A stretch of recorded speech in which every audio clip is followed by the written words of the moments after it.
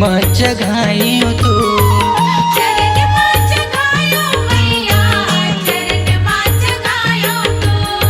खीर पूरी हलवा की मैया भोग लगायो तो भोग लगायो मैया भोग लगायो तो कौन तोला दुर्गा कही थे कौन तोला काली कही थे कौन तोला दुर्गा कही थे कौन तोला काली कही थे डंडा शरण पैया लगाऊं मैं तो डंडा शरण पैया लगाऊं मैं तो डंडा शरण पैया लगाऊं मैं तो डंडा शरण पैया लगाऊं मैं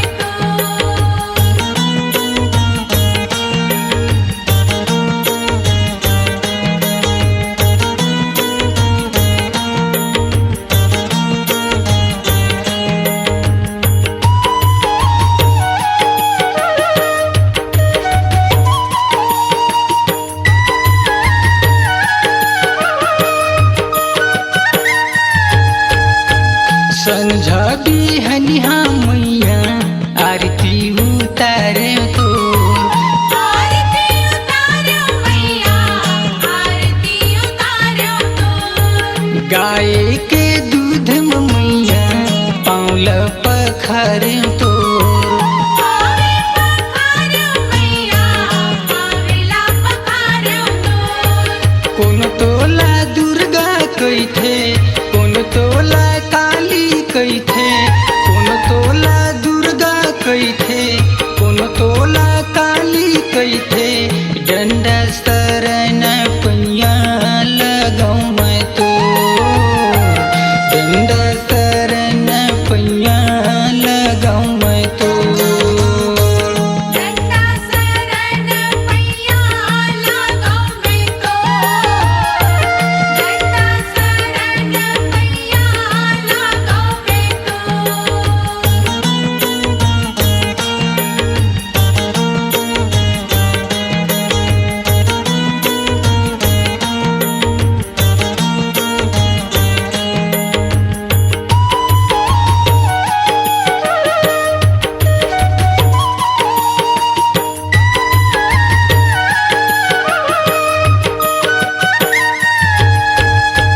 कुंजराम गावत है मैया गीत तोर भजन लाओ गीत तोर भजन लाओ मैया गीत तोर भजन लाओ मैया बरसात दाई बहुला उबारू बहुला उबारो मैया बहुला उबारो कौन तोला दुर्गा कही थे कौन तोला काली कही थे कौन तोला दुर्गा कही थे कौन तोला काली कही थे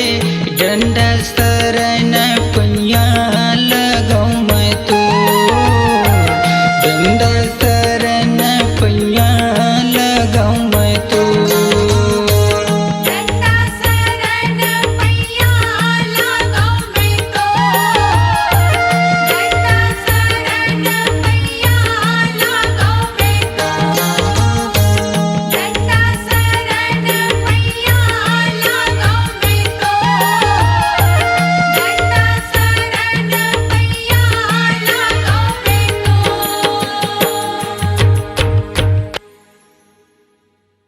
अपनी आवाज को दीजिए एक नया मुकाम। डिजिटल रिकॉर्डिंग की दुनिया का जाना पहचाना नाम स्वरांजलि,